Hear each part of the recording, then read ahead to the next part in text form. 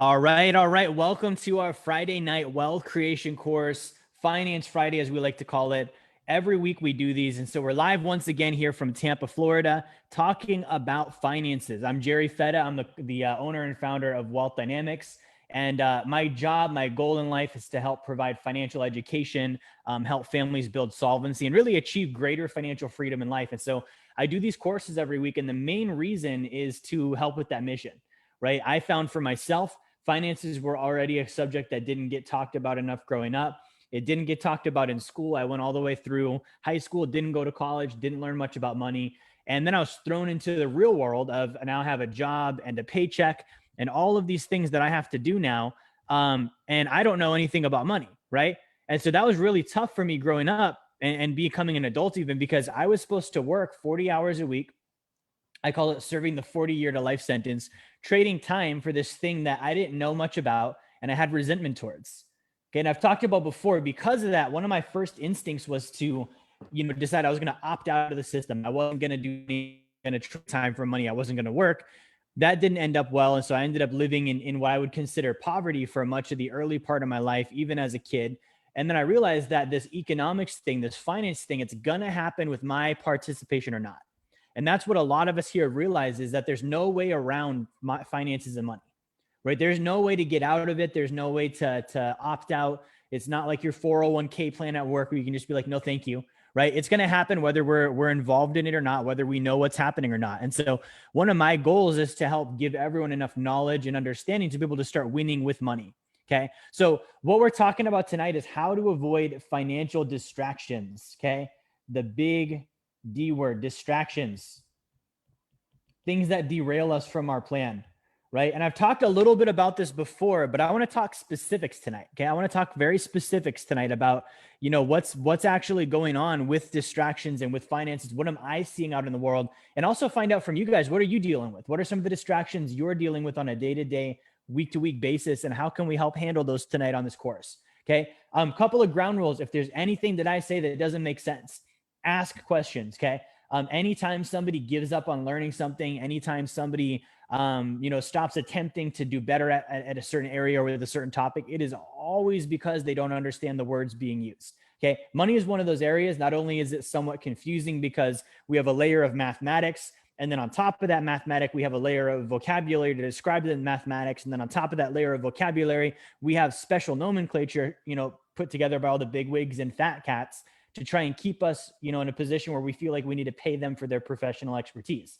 So we have 3 layers of potential confusion. Tonight, we're going to try and simplify that down so that we're looking at just the base vocabulary, the base mathematics. But even so, if you're confused at any point, you're like, hey, I don't get this, I want you to let me know in the comments. Now, the second thing, no negativity, be positive in the stream. Money is already a negative topic for a lot of people. I actually saw a video from TikTok, the app, this week, and it was a survey they did with people about saving money in the bank. They were like, how much money do you have saved?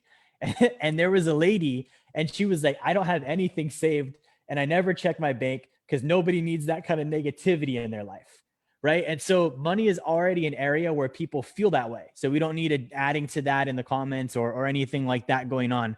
And then thirdly is, if you have questions, go ahead and post those in the comments, right? Post them in the comments. We're going to go live at the end. We always do. We'll go live on air on Zoom. If you're on Facebook, I'll answer your comments as well. And I want to see lots of interaction. And then my fourth thing I want to ask you guys, if this helps you, share it. Okay. Facebook is cracking down on organic promotion, especially stuff that's true. So if you're not all for the fact checking and all the stuff that's going on and suppression that's happening on Facebook, the best thing you can do is organically share positive and helpful messages. And that's what this is going to be tonight. So if this helps you, share it. It doesn't cost you anything. And I promise you that if somebody watches this, it will help them. Now on to our topic, okay? Financial distractions. Okay, financial distractions. Some of us get the financial ADD. We can't add, right? Financial distractions. Now, being distracted, it's something that I dealt with growing up. It's something that I've seen dealt with. And it's something that even today, right? It's something that I have to look at my own finances and make sure that I'm not getting involved in. Right now, a distraction presupposes that I actually have a destination in the first place. I actually have a plan. I actually have somewhere I'm going. Otherwise, there's nothing to be distracted from. You guys tracking with that? Like life can be just one big distraction. And that's how probably 80% of America lives financially, is they are in just distraction mode. They never had a goal in the first place.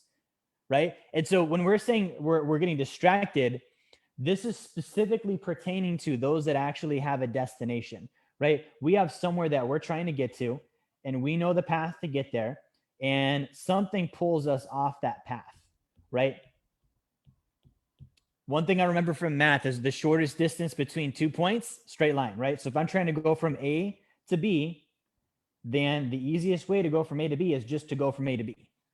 Right now, distraction is C and D and E and F and 1 and 2 and 3 and 4 and 5 and all these other things. And so what can happen is we decide, okay, I'm gonna start doing this finance thing, and I'm getting excited about it. Maybe it's a New Year's resolution. Maybe I'm going through the Dave Ramsey classes at church. Maybe someone just turned me on to Finance Friday, and I'm going and E happens, and now I'm over here.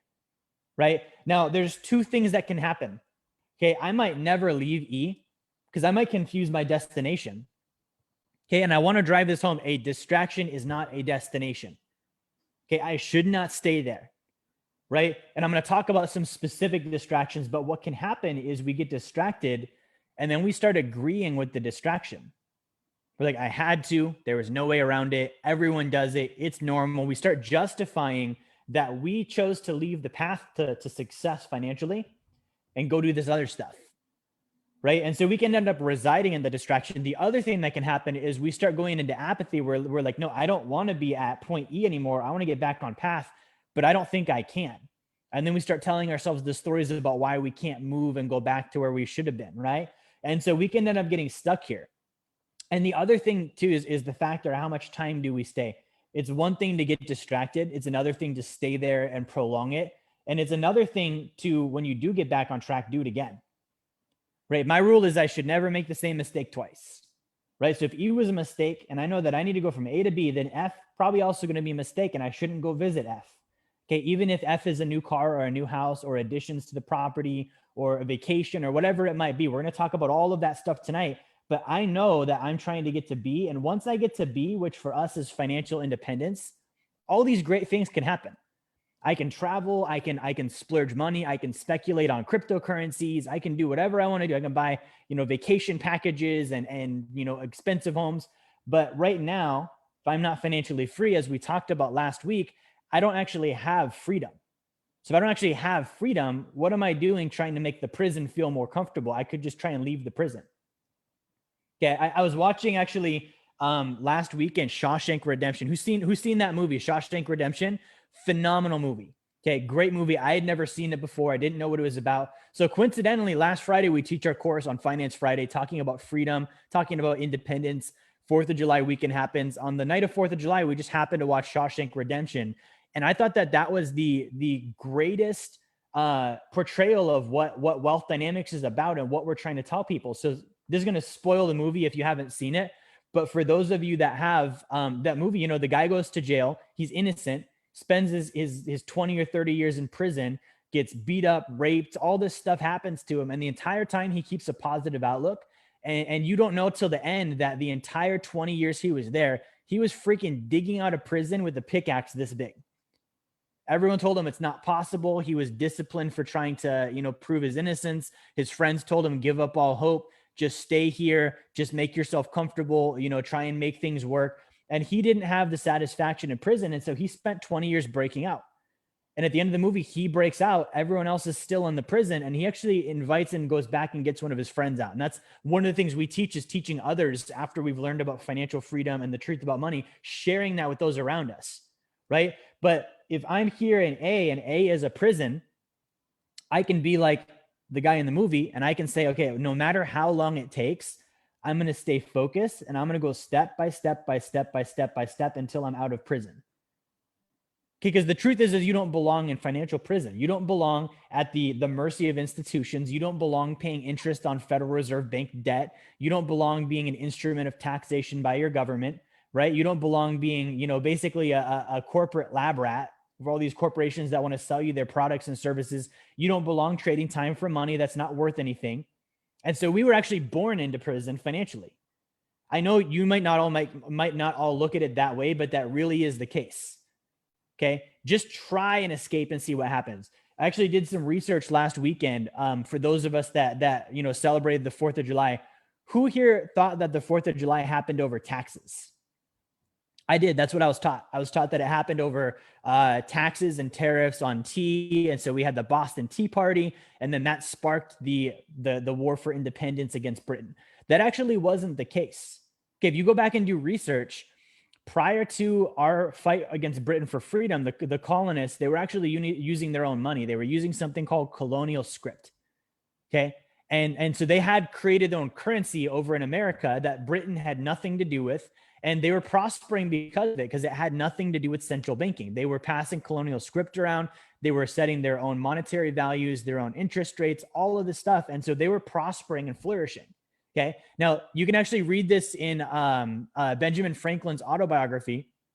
He goes over to Britain and they ask him, what's going on in the colonies? Why are you guys so prosperous? And he straight up tells them, hey, it's because we have our own money. We issued our own currency. It's called colonial script. And so we're prospering because of it.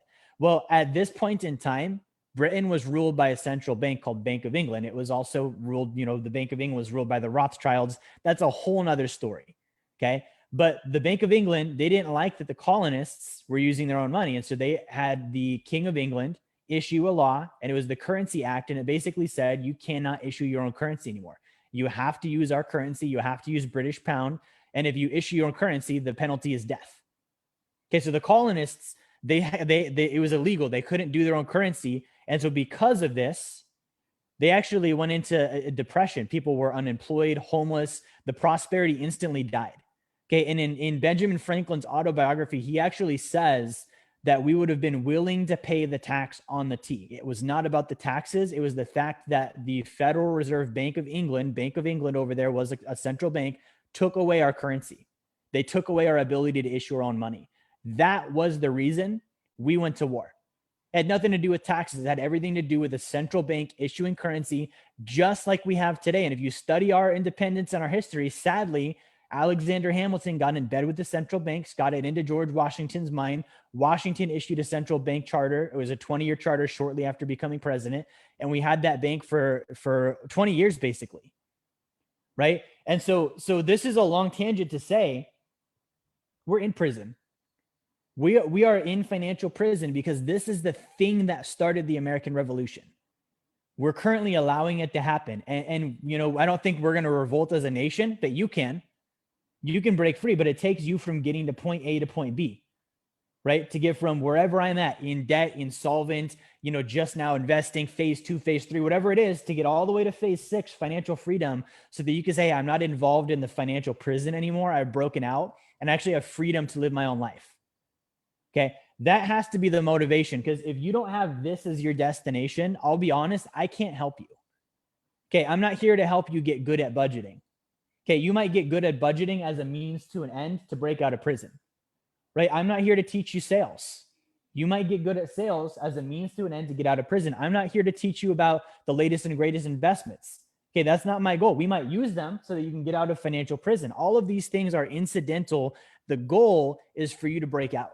Okay. And if that's your goal, then we got to stay focused, and we actually have to build a community around this. This can't be something that I do in my life and I secretly never talk about it, when we have, dozens of people on the stream tonight all over the world, all over the country, that we can be talking to and actually getting motivation from, and staying on track and getting some accountability and some community, right? So all of this to say, what do we do to avoid distractions, right? What do we do? Because the distractions aren't going to go away.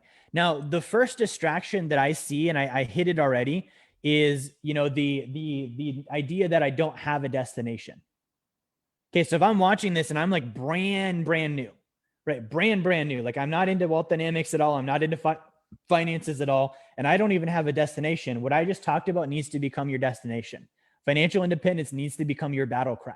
Okay. Now, once I have that down, we're going to help you with all the steps, but you have to stay focused. One of the first things that I see that people get basically derailed by is purchasing a car. That's the first thing I want to talk about tonight, purchasing a vehicle, right? So we talk about the blueprint to financial freedom. Phase 0 is very heavily focused on getting out of debt and becoming credit worthy, right? Because a lot of people have consumer debt. One of those consumer debts is a car. Okay. A car is not an asset. A car, it goes down in value over time. You will never make money on a car. And so people will finance cars with banks. Hint, hint, banks are always involved in these transactions. Then they'll give up percentages of their income, right? So they will give up income or dollars for the car. And the car will go down in value and they'll be upside down on their loan, and then they'll trade it in and they'll get another one. And now they have an even bigger debt with the bank. And then they're going to do the same thing and trade it in and get another one. And so when we're on phase 0, phase 1, phase 2, up until phase 2, we should not be buying vehicles. Okay. If you drive a beater with a heater, you keep it till you get to phase 2. Now, this isn't Dave Ramsey, like the Dave car, and you drive a crappy little beater all around and you brag about it. No. You're in prison. Prisoners don't buy new cars. Okay, I'm not telling you can't have one. I'm saying you shouldn't. You can. You can go to the dealership right now and you can get a brand new car and they will do it. I'm telling you that is a terrible financial idea. Okay, because what happens is we'll start paying off our debt, right? We start paying off debt. We're making progress. And then, either out of necessity, like an emergency will come up. Emergency or distraction. Both of them are technically distractions, right? But an emergency comes up, the car breaks. Okay, the car breaks and we're like, okay, crap, I have this broken car. I need to get to work now. I don't know what to do. I don't want to deal with it. I'm just going to go buy a new car. Okay, so what ends up happening on a car transaction, the average person, they're going to put a couple grand down, right? So that they've now pulled money out of their reserves. They don't have money saved up to pay off debt. They're now putting it towards acquiring another debt. You see the problem there? We're trying to go from A to B. If A is I have debt, B is I'm trying to get out of debt, E is I'm adding different debt and actually accumulating more of it. Okay, so we don't want to do that.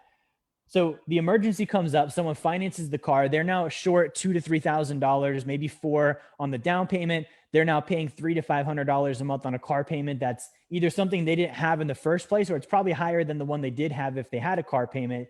And now they're not making progress anymore. I've heard this story probably half a dozen times in the last week. Okay, we want to stay away from this. If it's an emergency, fix the damn car. Okay. It's a pride thing here in America. For some reason, we take so much pride in our automobiles. Take more pride in financial freedom. Guys, I'm telling you, I'm 6 months out. The difference in mindset that you will have when you're like, man, nobody can tell me nothing. I don't have to go to work tomorrow. I don't have to trade time for money ever again the rest of my life. That is so much more valuable than check out my Mustang, dude.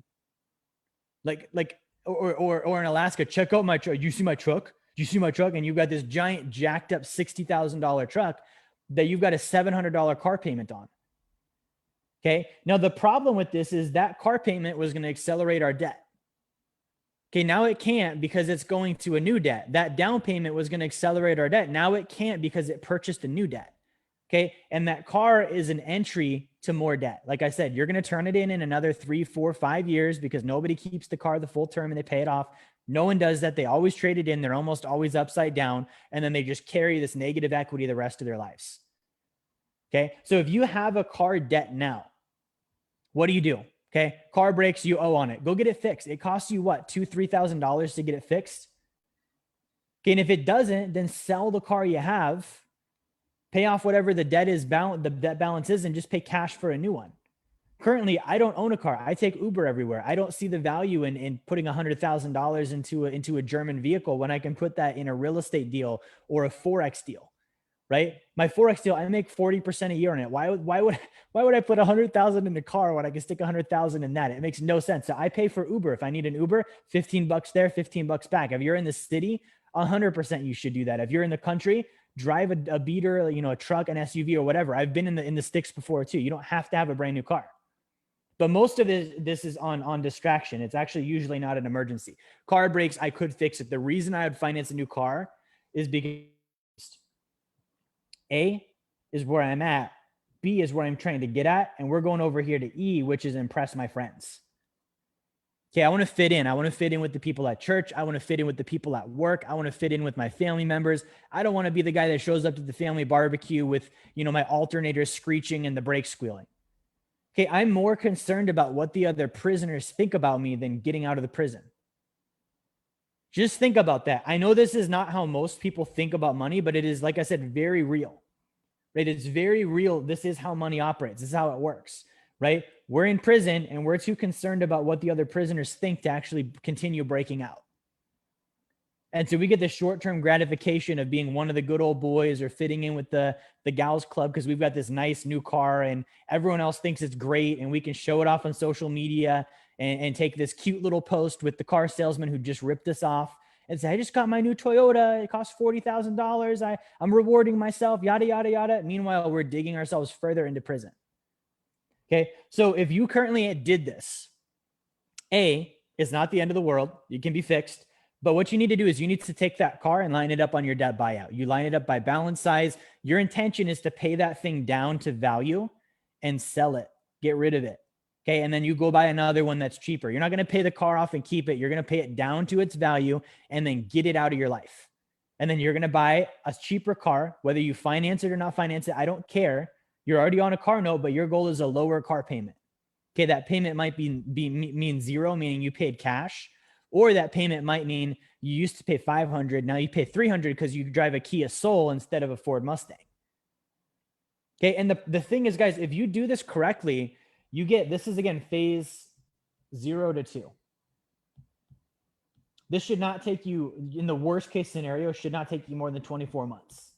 You should get from phase 0 to phase 2 in 24 months. In 24 months, you should have enough cash in your sacred account for your car to be the first investment you make. You're going to self-fund your own vehicle. And at that point, you can go buy whatever car you want to buy because you're actually doing it the right way. And it's going to be an asset rather than a liability. So I'm saying drive a hoopty for 2 years.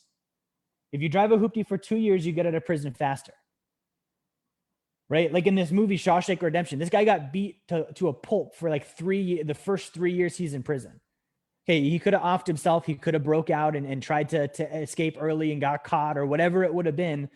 But he endured something he didn't like for 2 or 3 years because he knew he wasn't confused. He had a destination. Okay, so this is how I would handle a car. And if you have this is something that I think everyone should be doing is, get rid of that expensive car payment. It's a liability, guys. Like the people that you see driving fancy cars, there's 1 or 2 classes. Okay. I'm going to say 3 classes. Actually, there's the middle class family that has a car payment and it's normal, right? And they drive, a VW or an Audi or maybe a BMW low model. Like they're driving around the nicest car they can pay for with the car payment, right? That's the first group.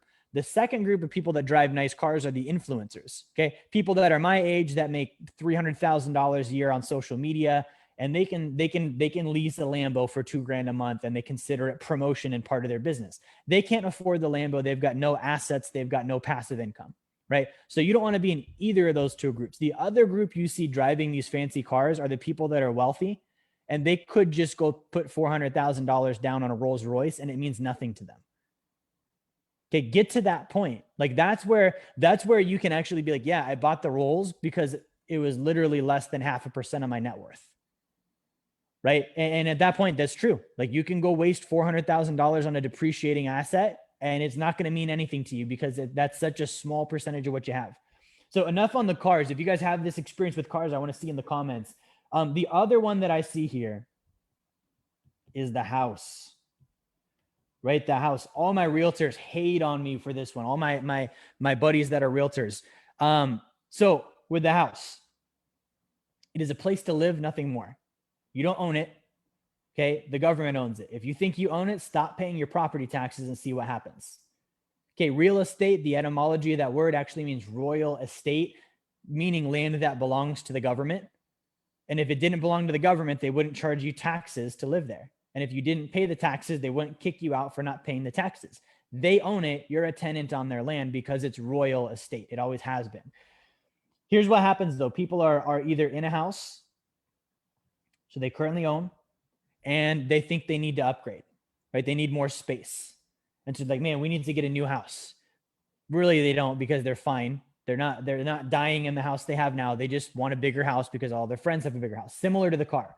And so what they do is they're like, well, we currently have this house. We can sell it. We can get, $30,000 in equity if we sell it. And then we can go talk to our friend who's a realtor and he's going to show us a great deal. And we're going to get an FHA loan and we're going to put 3% down.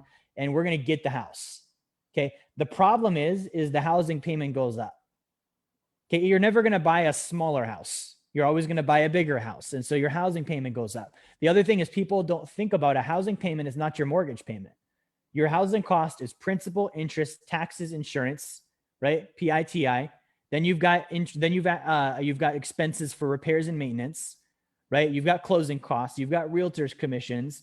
You've got your renovations and projects you're going to do over time. You've got time invested. You've got the landscaping, the shoveling, fixing the roof, the appliances, all this other stuff. The utilities are going to go up on a bigger house, and so the housing payment itself, the actual housing cost, usually ends up being 25 to 30% more than it was.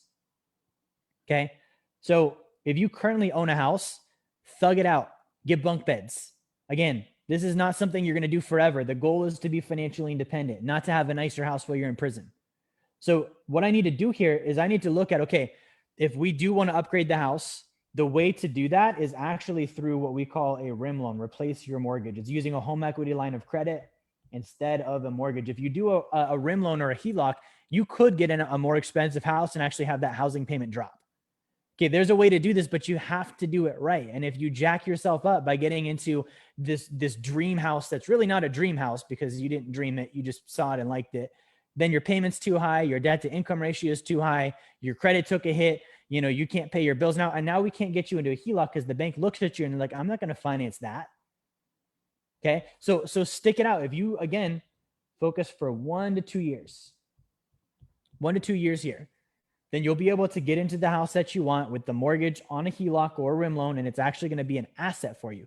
Guys, I have clients that basically they took their mortgage, they did the RIM loan or the HELOC, and then we took the equity from the HELOC, put it in a real estate deal that pay their mortgage for them. They don't have a housing payment anymore. Okay, I can just rattle off clients we've done this with because it's the way you should do it. It's what the wealthy do.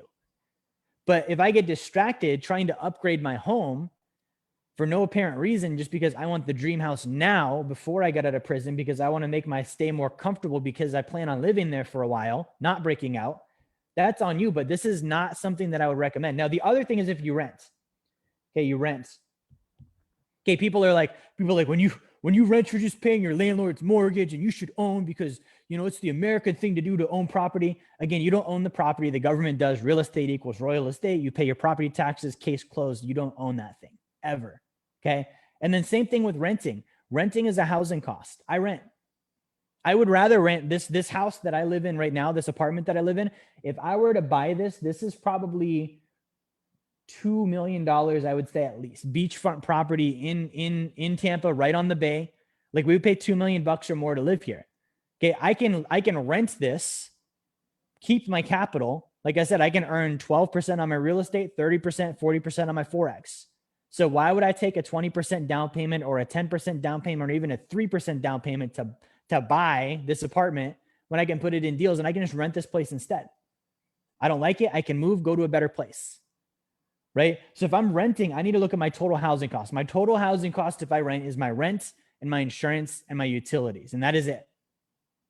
Okay. Again, if I own a house, it's principal, interest, taxes, insurance, maintenance, repairs, improvements, closing costs, realtors commissions, supplies, utilities, time invested, lawn maintenance, snow shoveling, whatever it is you pay for on your house, security systems, all this stuff. And it ends up being more than rent. I've not usually ever seen a case where it's actually cheaper to buy a house. Okay. Not only that, but when you buy a house, you're actually assuming the liability. Okay. When you're in phase 0 through 2, especially, you don't need to assume the liability. You need to outsource the liability to your landlord, right? Hurricane happens like we just had. I don't want to pay for things. I don't want to fix the roof shingles. I don't want to repair a window if it cracks. I don't want to have to fix the siding. Okay. That's $5,000, $10,000, $15,000 that if I'm on 0 through 2 belongs on my debt buyout and building solvency. Right. So if I renting is like insurance. I would rather pay insurance for my landlord to be responsible for all of that stuff so that I can just stack cash, get out of debt, get solvent. When I get to phase 2, we have a strategy to buy a house this way, which is the right way, just like we talked about. And it's actually going to help you become financially independent rather than hold you back in the prison cell. Okay. So if you're renting, just keep renting. You don't need to buy right now. Get to phase 2 first. Okay. I get this text all the time too. But you know, my realtor said, dude, your realtor gets paid commission if you buy one. That's called bias. They're not trying to tell you the right move. They're trying to get a commission. That's fine. That's how they earn their income. They're sold on their product, but it's not good for you financially.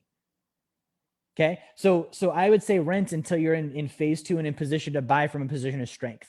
Okay. Now, if you've already bought and you've already made this mistake, then same thing. Your goal is, if you're owning and you're doing the 3% down thing and you got this giant house payment, your goal is to sell that thing, right? Either sell it or pay it down to 80% loan to value, 80%. And then we get you through phase 2, and then we refinance it into a replace your mortgage or HELOC loan, right? If you can get your loan to value down, you can keep the house, we can refinance it. Everything will correct itself if we get to that point, or we just offload it. Like some of us might be in a position where if we just sold it right now, the market's hot, inventory is low, demand is high, we could sell, we can get rid of it, we can make a profit. I've got clients that did this in the last year and they're going to rent for a little bit. Okay, because they could pull money out of the house, get equity, and actually put that equity to work. And then they can pick up a house later on down the road. It's not a big deal. There are so many houses. And it turns out, guys, we live in freaking Whoville. Every single house, back to back to back, they're all touching each other. They all look exactly the same. You all got, a couple feet of yard on every side. There's nothing unique about a house. Okay, you can get one anytime you want to get one. So there's not like this, I have to get a house now, because that is, again, not the goal. That's over here. And we don't want to go there. We're trying to get out of the prison. Okay. So that's one of the things I see is the house. The other one that I want to hit is bad investments. Okay. Bad investments. This is one I see, and I saw a couple crypto people in the comments speaking of bad investments. So first things first, if you're not through phase 2, you do not need to invest anything anywhere. Okay. Like not at all. No cryptocurrencies, no Robinhoods, no, whatever pocket change goes into your ETF app, none of that, no 401ks at work. You get solvent. You don't need to be giving money to Wall Street. You don't need to be buying invisible currencies you can't do anything with. Okay. Bad investments. So if I'm through 0 through 2, I don't need to invest at all. This is a distraction. I need to pay off my debt. I need to get 6 months in reserves. I need to get credit worthy. I need to cover my risks and liabilities. Then I can start looking at, okay, where do I deploy capital? Okay. Now, if I'm past phase 2, then I need to look at what are the best investments for me to make right now, which means I need to understand the purpose of investing.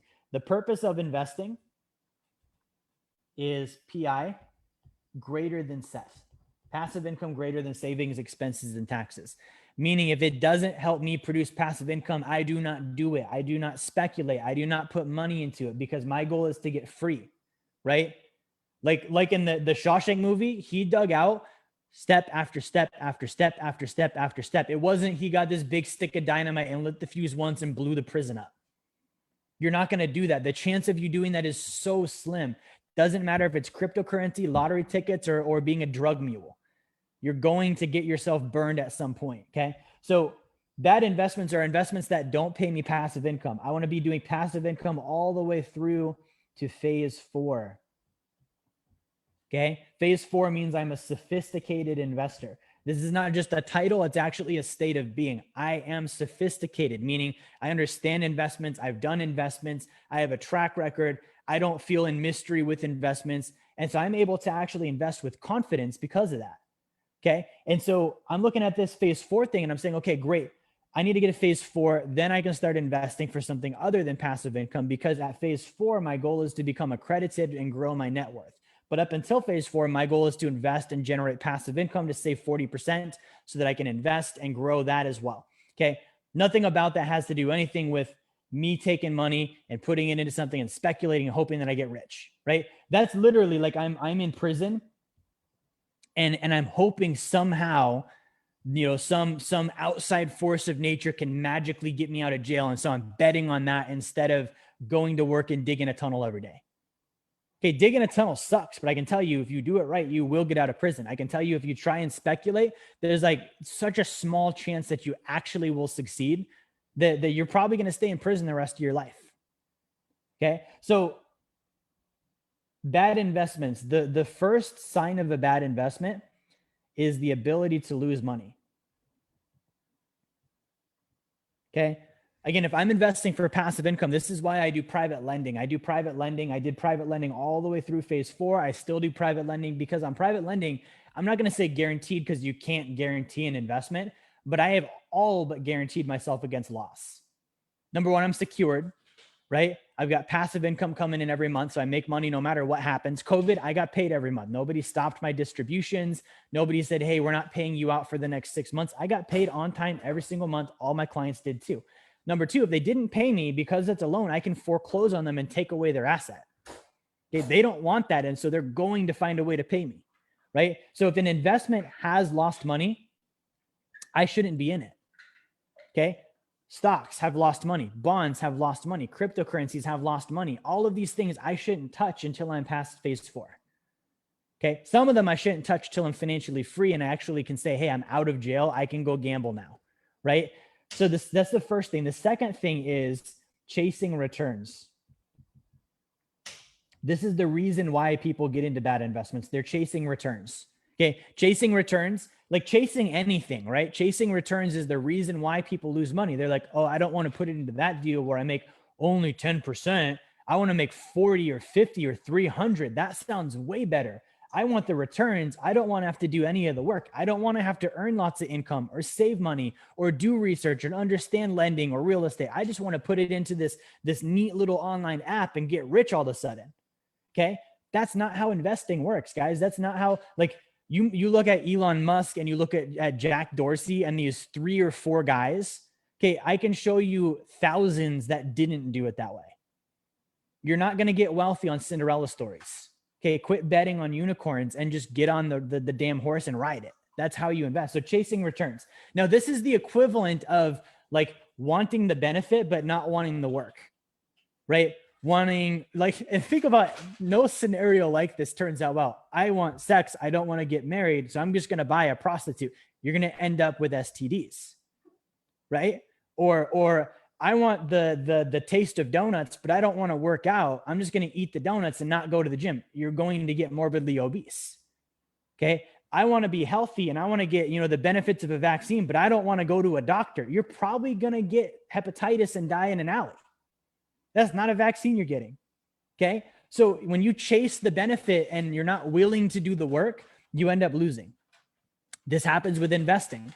Okay. So with investing, when you become accredited, the doors open up. I tell people this all the time. Before you're accredited, the doors are closed. Right. And I think a lot of people, they speculate with investing because they're trying to solve the problem of the 401k. I don't want to do the 401k. I don't want to do the mutual funds. I don't want to do the CDs. I don't want to do the bank account. And they're like, there's no other options. There are. You just don't know that there are other options, which means you need to learn. Okay. Like anytime that I feel like there's no other option, again, in prison, you're going to feel that way. It means that I need to go increase my responsibility and I need to learn. Right. So when you're accredited, I just looked at a deal the other day. And again, it's not guaranteed, but it's very close to it. The return on it is about 23% a year. Okay, it's a real estate deal. It's a tax play deal as well. And that's something that 4 or 5 years ago, I wouldn't have known existed. The reason why is it's for accredited investors only. Accredited investments are confidential, meaning non-accredited investors aren't allowed to know about them. Okay. So instead of speculating, and I guarantee we fast forward 2 years down the road, all these speculators are going to be sorry they speculated, and they're going to be in the same position they're in now, looking for the same get rich quick scheme they're looking for today. Right. But if you just follow the blueprint and you follow the path and you become accredited, the solutions are there. I can show you 40% deals. I can show you 20% deals. If you're super conservative, I can show you 10 and 12% deals that are going to pay no matter what. Okay, but I actually have to get to the point where I'm qualified. I'm not qualified yet. Like I am in real life, but I'm saying if I'm in this position where I'm chasing returns, that's a sign I'm not qualified yet. Okay, real investors, you study the greats. They're not like, yeah, just go find the highest return you can find and speculate and be an early adopter and all this stuff, or just put it into no load ETF funds. That's not at all what Warren Buffett does. That's not at all what any of these billionaires and multimillionaires do. You want to point out Elon Musk? The dude has no passive income. All of his wealth is Tesla stock, which is worth nothing. The PE ratio on Tesla stock is worse than a bank account. The only reason why people buy Tesla is because they're Elon Musk fanboys. It's a terrible company. It's got low earnings. 2 years ago, he was on the verge of bankruptcy. So if you want to model Elon Musk, be my guest, right? But we're not talking about that. We're talking about consistent, reliable. We're talking about the thing that if you do it over and over, you get the same result. You can't do, speculating in the stock market over and over and get the same result. You can't do speculating on crypto currencies and get the same result over and over. It's a 1 or 2 time thing. Lightning strikes, and that's it. Okay. I'm not in the game of lightning strikes and trying to just get that one little window just right. So chasing returns. Now, what do I do if I've made bad investments? The first thing is stop. Don't continue making bad investments. If I've made bad investments and I've lost money, it means I'm investing ahead of my phase. I need to stop investing, figure out what phase I'm on the blueprint, and I need to do that phase and then follow it step by step by step. And I'll get to the investing part. And when I get there, I'll be ready. Right? I'll be ready and I'll be experienced and I'll be educated. Number 2 is I need to learn my lesson, right? I need to stop doing it and I need to learn my lesson.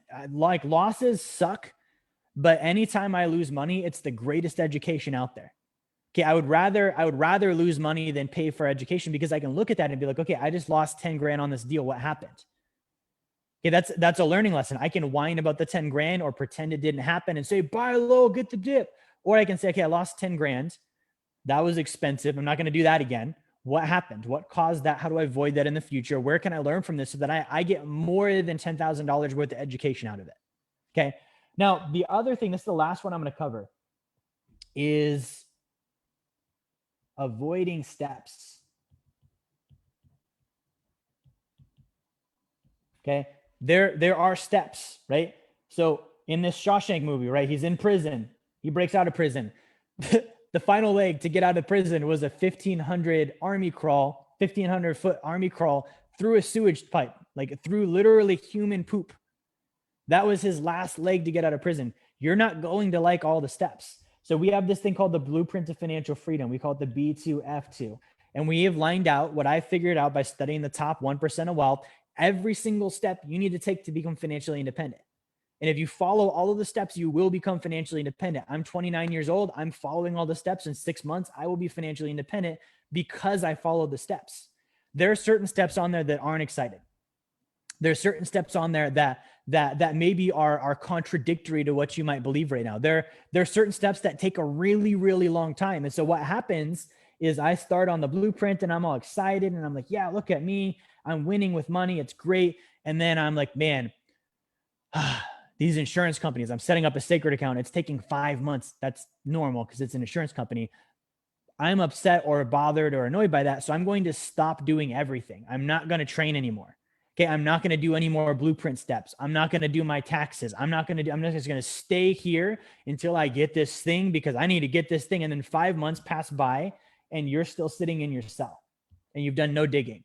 And then the sacred account's ready. And we're like, hey, it's ready now. Time to fund it. Time to start digging. And you're like, well, how does it work? What does it do? I forgot all the stuff. And what about this problem? And what about that problem? It's because you haven't done anything for 5 months. Okay. So that's one of the things that happens. Certain things will take longer than others. And so there are certain projects that we're going to help you with that are going to take time. While they're taking time, you need to be hustling. Okay. You need to be getting your next steps done, because the guy that gets his next steps done, 5 months go by, sacred account's done. He could be on phase 4 now, because he did phase 1, 2, 3, and 4 while he was waiting for his sacred account. Well, the other guy is still on phase 0 because he's like, I'm not doing anything till it's done. Okay. So that's one of them. And then the other thing that can happen is, maybe certain things are areas that we don't think we need, right? Like, I don't need disability insurance. I'm not going to get disabled. It's one of our steps. And I'll explain to you why. We have education on it and I can give you all the details, but the mindset of, I don't agree with that. I don't need that. So I'm not going to do it. And I'm not going to do anything else until you let me skip the step. One thing you're going to learn about me, I don't let you skip steps. Okay. I've done all this myself. I've been in this business for 10 years. I know a lot, and I'm not going to let you skip steps. And there are very good reasons for that. But what can happen is somebody's trying to avoid a step by saying, I don't think I need credit repair. I don't think I need disability insurance. I don't think I need to own gold and silver. I don't think I need, to save 40% on my income. And they're like, I don't need this. I don't need this. I don't need this. And then they don't do anything else because they're stuck on what they don't think they need to do. Let me remind you, you're in prison. Okay. That's you. I'm on the gate right now. Like I'm about to climb over the fence and leave. The people I got my plan from, some of them built the prison. So there's that. They understand how it works. And then some of them broke out themselves. Our blueprint works.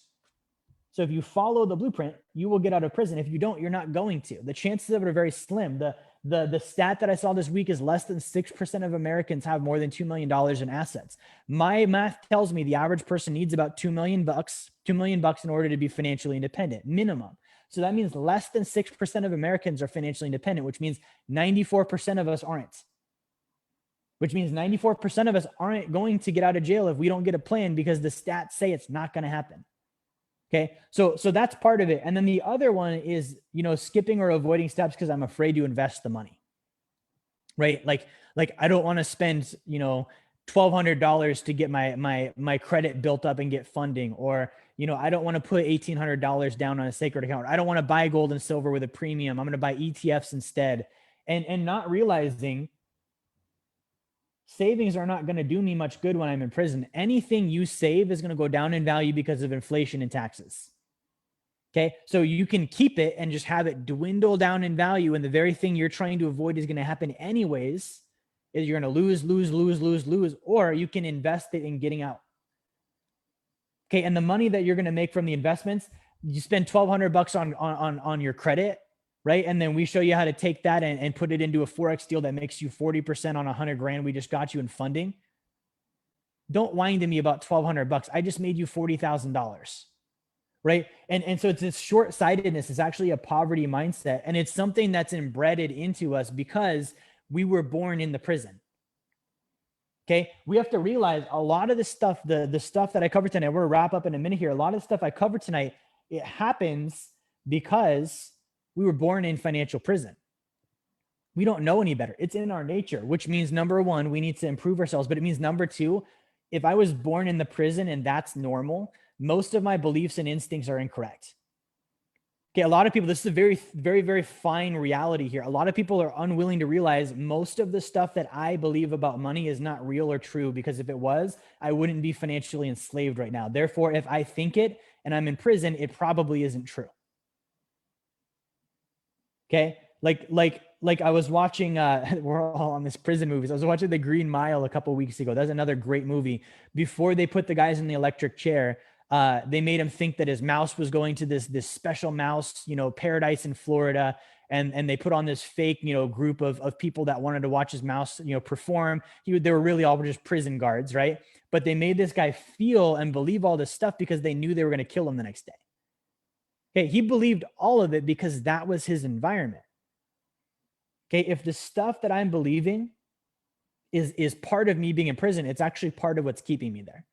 The poverty mindset, right? My family's done it this way, so we're always going to do it this way. Or my friends do it this way, so I'm going to copy them. Or, some broke professor that teaches me about what he read about money, even though he has none, thinks that I should do this, so I'm going to follow him. Guys, that if you're in prison, those thoughts, those beliefs, those patterns, all that is the reason why you're still there. You can't trust it. Okay. And again, that's a hard thing to confront. That was something I confronted probably back in 2016, 2017, is realizing my realities are the reason why I'm here. Therefore, I can't agree with them. Therefore, if I think of it, it's probably wrong, probably a bad idea, probably incorrect information, because if it was right, I would be in a better position than I'm in right now. So if I'm 96% of people living in financial prison, never going to get out, I can't trust my natural instinct with money, or my natural thought process with money, or my fears, or my inclinations, or my desires, because those are all the reasons why I'm in prison. If they weren't, I wouldn't be in prison. Right. So I'm going to wrap this up. There's plenty more that we can cover on distractions, but these are some of the main ones that I see. This is really what I wanted to talk about tonight. I want to answer some questions in the comments. Let's go ahead and jump into Facebook first. If you guys are on Zoom, we'll answer your questions live. So drop them in the Zoom comments. We'll go live and answer those. Justin Goff, what's happening? Aaron, good to see you. Aaron said distractions are super high. Distractions are super high, guys. There's so much going on right now in the world, and most of it's not helping you, right? So stay focused, like Aaron is saying. Just one, good to see you. Man, we shot some guns with just one and his dad. You guys ever seen those commercials? They're the Dos Equis with the most interesting man in the world. It's a lie. It's actually Jizwan's dad, in case you didn't know. He is the most interesting man in the world. Todd, good to see you. Todd says, happy Finance Friday. I can't make the live feed. I'll be sure to watch the replay tomorrow. That's great. Michael says, get in on good cryptos now before the parabolic bull cycle starts. Guys, don't listen to that. Justin Goff, I bought a bunch of XRP 3 years ago. Is that good? I would not say that that's good. Again, if you can't draw it on a napkin and you don't know what the purpose of it is, it's not something you need to own. And guys, with stuff like, I would say cryptocurrency, options trading, sports gambling, where it is just pure speculation, I'm not saying never do that. I'm saying get out of prison first. Okay, I have an entire course on how you invest in the different phases, but like if you're you know, like especially with something like that where it goes up and down in value, I relate it to the ocean, right? Tides can go in and out, water levels can go up and down. There's sharks in the water, there's pirates, there's whatever. There's all this stuff that you're not used to. If you've never been in a boat before and you're like, "Oh, I'm going to go in the ocean."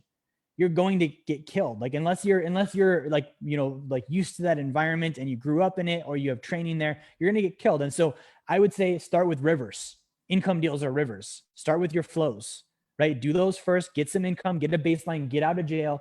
Then you can go do the ocean investing where like you can make money with a high tide and get rich and wealthy off of a swipe. And you can also lose it all on a swipe, but it doesn't matter because I'm out of jail and never going back.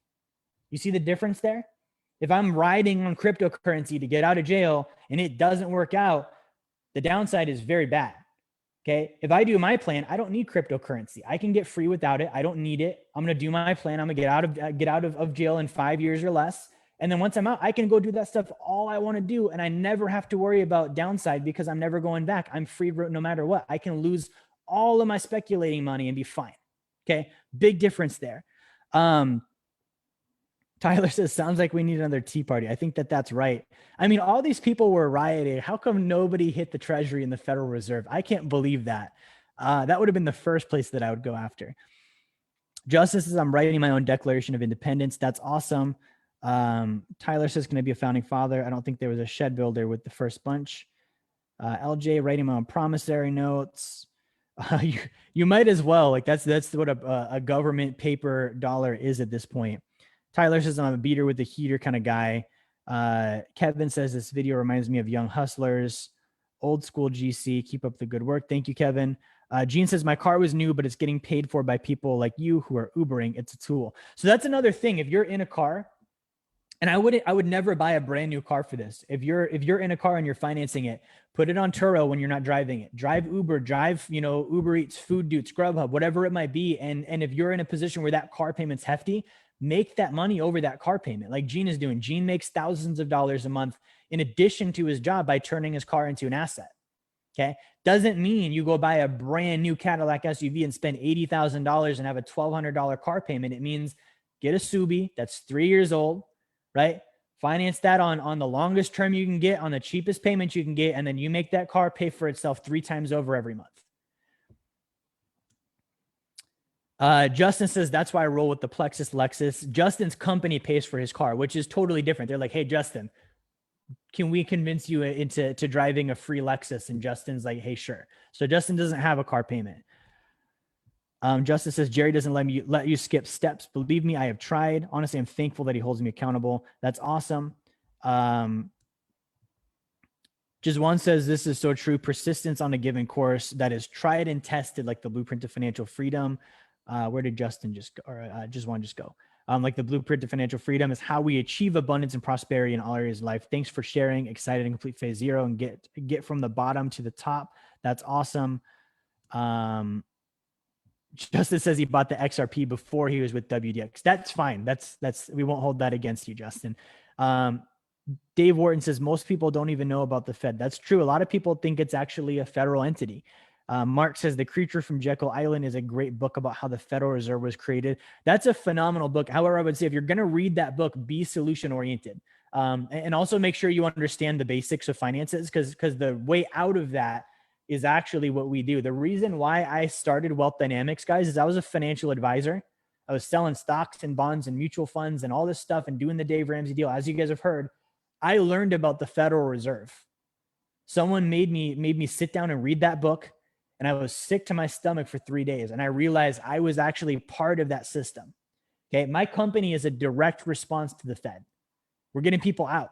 Okay. What the Fed does is wrong. And what the central banks do is wrong. And so we looked at, okay, well, this is wrong. It's enslavement. How do we get people out? It's not about retirement. Okay. That's why I get so passionate, is because it, like, what is happening is slavery. It's criminal, and everyone just acts like it's a normal thing.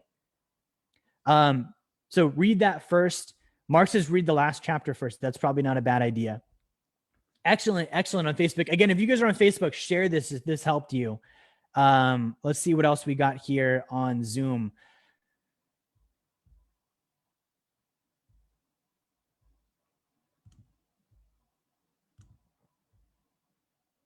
All right, so on Zoom, we're going to go live and answer some questions. If you're on Zoom, what I ask is, if we go live, make sure that you don't have any feedback. So don't have your mic next to your speakers. Otherwise, it creates echo and I can't actually hear what you're saying. Let's see. Christopher asks, did you move from Anchorage? Yeah, we have not been in Anchorage for almost 2 years now. We lived in LA for about a year. We're in Tampa now. Mark says biggest distraction is caring for my 90-year-old mom. Not a distraction, but more of a responsibility. That's true. You know, we're in a generation where we have really expensive long-term care costs, meaning when an elderly person ends up needing assistance with activities of daily living, whether that's dressing themselves or going to the bathroom or feeding or, you know, getting transported, a lot of them didn't plan for that. Okay. And so if you're a son or you're a daughter or you're a family member, you might end up in a position like Mark is saying, where it's a responsibility that you have to help pay for them. Sure, they can go and try and get Medicaid, but a lot of states have something called filial law, meaning if you're next of kin, they're going to go after your assets before Medicaid ever kicks in. And in Medicaid, they've got to be broke. Like, let's face it, it's not a strategy. So that's another reason to get financially free. I'm sure if Mark and I had met when he was my age, you know, he would probably be in a position where he still was caring for his mom, but I bet it would look a lot different. And that's what I'm saying is, get free, because not only are your own responsibilities important, but you're going to have moms and dads and wives and kids and friends and family and charities that are much bigger and beyond just you and your own means. And if you can't cover just yourself, how are you going to help those guys? So that's definitely something I can relate with. When my mom got sick, same thing. I couldn't get Christmas Eve off, and she died on the 28th of December. 3 days before that, I couldn't get the day off to get off work to see her.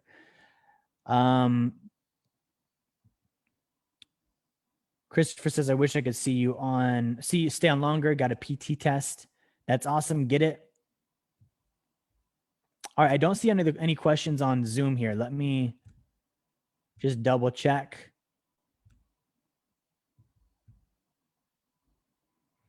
All right. I think that covers it. Let me find out if we've got anything else on Facebook before we wrap things up tonight.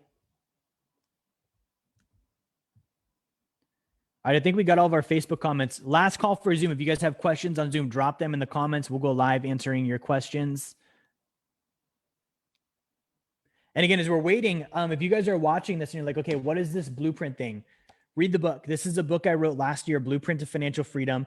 This is an exact write-up of what I'm doing with my own finances, what I'm teaching my clients to do. Again, this is not my information. I'm not a guru. I'm not an influencer. I studied the top 1% of wealth historically, and I basically organized it and wrote up what I was going to do, and it worked so well that I put it in the book.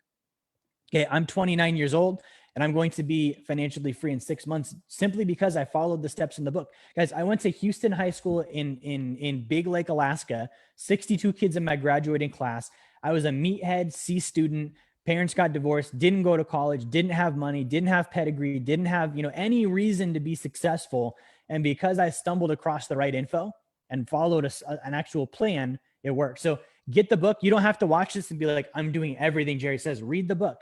Okay, if the book makes sense, follow the steps. If it doesn't make sense, go do something different. But what I'm saying is, if you read it, I think you're going to think it makes sense. So you get that if you go to jerryfetta.com/B2F, jerryfetta.com/B2F. We have a question here from Nano. Let's go live here with Nano. What's going on, Jerry? Hey, Nano, how are you doing tonight? You're great, man. You? I'm doing good. What is your question?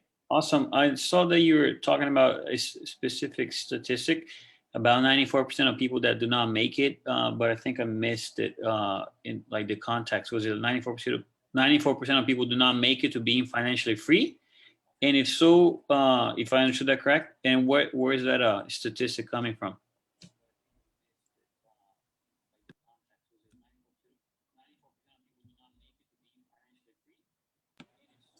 Did that make sense? Yeah. So I had a little bit of feedback there. I think I've got your question. So it's 94% of people don't get to a $2 million net worth. So the stat is only 6% of Americans make it to a $2 million net worth. If you do the math, basically the net worth component is what we calculate your passive income off of. So if you think about, okay, if I need to be truly financially free, right? Truly financially free, let's say in the US, you need $20,000 a month to do that. On $2 million, if I'm earning a 12% return on that money, that's $20,000 a month. And so you could reasonably say the average family could be financially free on $20,000 a month, which means they need a $2 million net worth, right? Now, with that being said, that's paying for their living costs, paying for their taxes, and also saving 40% of their income. And so, with that number, if only 6% of people have $2 million, that means only 6% of people actually would be able to be financially free. Now, it's even less because that $2 million is usually not invested earning 12%, right? It's earning a lot less than that if it's invested at all. And so for someone to be financially free on $2 million, they would need to know what's in this book so that they can go earn the returns they need to earn to actually have that break them free. So it's a $2 million number is what the 6% is based on. I then extrapolated that that's about what you need to be financially free, but realize most people aren't actually doing that when they have the 2 million bucks. And so it's probably a lot lower than that number. It looks like we have a question here. Looks like Editha is raising her hand. Edith, if you want to put a question in the comments and then we can put you on the mic and go live and answer your question. Let me see if we have anything else on Facebook really quick.